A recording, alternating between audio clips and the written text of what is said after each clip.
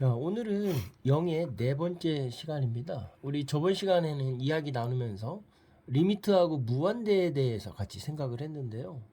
아무튼 멋진 경험이었어요. 네. 리미트와 무한대의 공통점과 차이점을 잘 설명해서 저도 새롭게 이해하는 시간이 됐는데, 오늘은 영의 이해에 대해서 어떤 이야기거리를 가져오셨나요? 오늘은 이제 사실 어떻게 보면 영어로 나눌 수 없는 그런 이해 같은 거는 저번 주까지 마쳤다고 보면 되고, 오늘은 영어로 과연 나눌 수 있다면, 그러니까 나누는 게 가능하다면, 나누는 게 가능하다면 어떤 게 생길까? 그러니까 분명 우리는 이 영어로 나누는 게 불가능하다는 걸 알고 있는 상황이긴 하잖아요.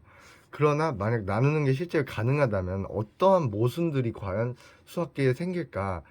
어떤 모순이 생기기 때문에 그토록 수학자들이 영어로 나누는 걸 못하게 만들까? 라는 주제를 이제 생각을 해보려 하는데요. 네.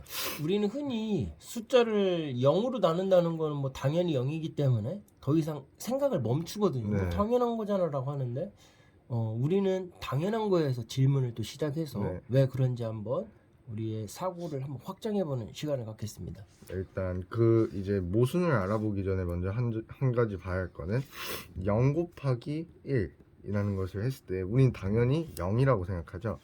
왜냐하면 우리가 덧셈의 개념으로 사실 저번에 곱셈을 설명했는데 아무것도 없는 0을 한 번 더 해봤자 0이니까 어차피. 그 여기서 한 가지 주의를 할 점은 우리가 항상 곱셈 과정에서 덧셈을 할 때 생략되어 있는 것은 우리가 2 곱하기 4를 해도 단순히 2를 4번 더한다고 생각하지만 그 바탕에는 0이라는 것이 있다는 거예요. 아무것도 없는 것에 2를 4번 더한 것이라는 개념이 사실 2 곱하기 4거든요. 그 과정에서 우리는 0은 어차피 더해봤자 똑같기 때문에 그냥 2를 4번 더한다라고 표현하지만 그 밑바탕에는 사실 0이라는 숫자가 있는 건데요. 그처럼 0 곱하기 1은 0 같은 경우도 0에다가 또다시 아무것도 없는 수 0을 그냥 더했기 때문에 0이다 이렇게 생각할 수 있는데요. 근데 중요점은 뭐 이거는 우리가 그냥 생각해봐도 사실 당연하게 알 수 있는 거잖아요. 왜냐면 우리가 직관적으로 봐도 아무것도 없는 것을 한번 가져와 봤자 그대로 아무것도 없는 것일 테니까 그렇죠. 그것은 직관적 이해가 편하고, 같은 방식으로 0 곱하기 0.1을 하든 0 곱하기 100을 하든 0 곱하기 6을 하든. 네. 네. 그 다 0이 되는 거죠. 네. 네. 그랬을 때 이제 이번에는 우리가 다르게 알아볼 것은 0 곱하기 2 이런 숫자들을 알아봤으니까 순서를 한번 바꿔보자는 거죠. 2 곱하기 0, 1 곱하기 0, 3 곱하기 0, 100 곱하기 0과 같이요. 사실 우리가 이건 이미 알고 있는 과정입니다. 왜냐면 우리는 곱셈에서 교환 법칙이라 해가지고 이런 것이 성립한다는 건 알고 있는 상태거든요. 네.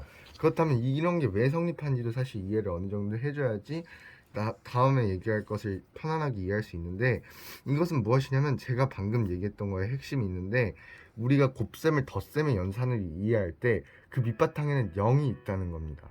네. 그래서 0이 밑바탕에 있다는 게 사실 중요하다는 점인데요. 무슨 말이냐면 2를 0번 더했다 라고 했을 때 그냥 들었을 때는 이게 0번 들어간 건 알겠는데 그럼 이게 0인가 아니면 1인가? 왜냐면 헷갈릴 수 있는 게 우리가 흔히 밑바탕의 수로 생각하면 0 또는 1을 생각하잖아요. 그렇죠. 근데 아무것도 안 됐을 때 이게 0인가 1인가 생각을 할 수 있는데, 그 직관적으로 이해해봤을 때 아까도 얘기했지만 2 곱하기 4라는 건 2를 4번 더했지만 어디에? 아무것도 없다는 것을 의미하는 0에 더했다는 겁니다. 여기서도 그런 의미를 얘기를 해봤을 때 2를 0번, 2를 하나도 더하지 않았지만 어디에 하나도 더하지 않았냐?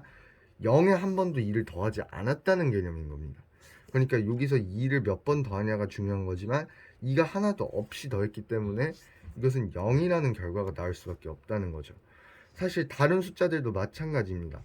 1 곱하기 0도 우리가 1을 몇 번 더하냐라는 개념을 생각을 했지만 어디에 몇 번을 더하냐라고 봤을 때 그것은 우리가 전에 생략하긴 했지만 0이라는 숫자에 몇 번 더하냐라는 의미를 가지고 있기 때문에 여기 1을 하나도 안 더한다면은 이 값은 0이 될 수밖에 없다는 거죠.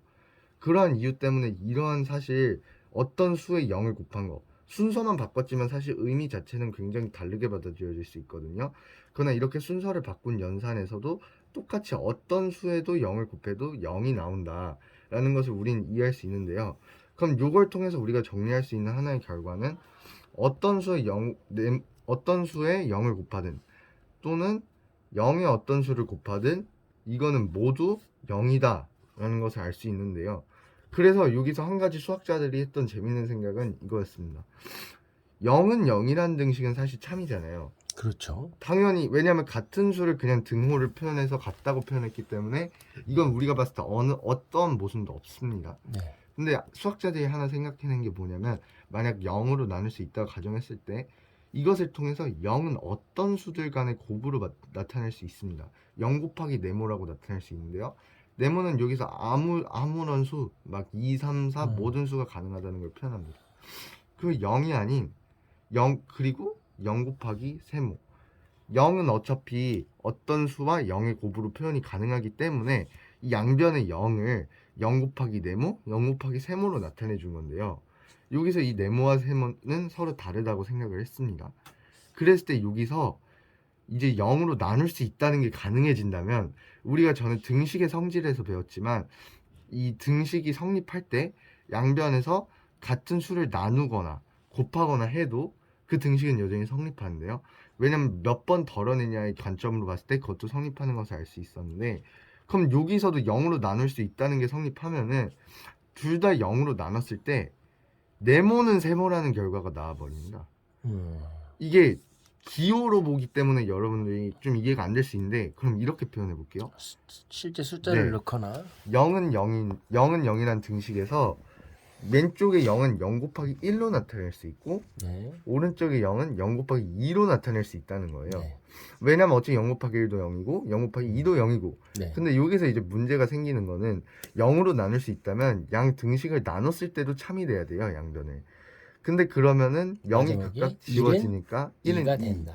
그래서 이러한 우리가 무조건 다르다고 생각했던 모든 수들이 같다는 결론을 얻을 수밖에 없기 때문에 0으로 나누는 게 가능하다면 수학계에서 이러한 큰 모순들이 생긴다는 걸 알 수 있습니다. 네. 그래서 오늘 타이틀가 0으로 나누는 게 과연 가능? 이렇게 주셨는데 우리는 너무 상식적으로 알고 그거 뭐 당연한 거 아니야? 라고 생각했지만, 자, 이 상식적인 게 여러한 논리적인 과정을 해서 설득을 한 겁니다. 우리가 공부하는 이유도 마찬가지로 뭔가 암기해서 당연하다는 세계를 넓혀가는 게 아니라 왜 당연한지 질문을 갖고 그게 어떻게 해서 당연했는지 그 과정을 살펴보고, 그리고 거기에 대해서 사람들하고 나누고 설득하는 과정이 공부의 진짜 이유인 것 같습니다. 자, 오늘 어떤 친구들은 아우 그거 너무 당연한 거 뭐하러 찍었어요? 라고 할 수 있지만 0 곱하기 1은 0, 0 곱하기 2도 0. 당연하죠. 0을 2번, 3번 하든지 0이니까. 근데 거꾸로 1 곱하기 0, 2 곱하기 0이 했을 때는 다른 거 아니에요? 라고 말할 수 있는데, 바로 이와 같은 논리에 의해서 바로 0은 나눌 수가 없다라는 것을 우리 친구가 아주 잘 증명을 했습니다. 자, 나날이 발전하는 것 같네요. 네. 네. 자, 오늘도 수고하셨습니다. 수고하셨습니다. 네.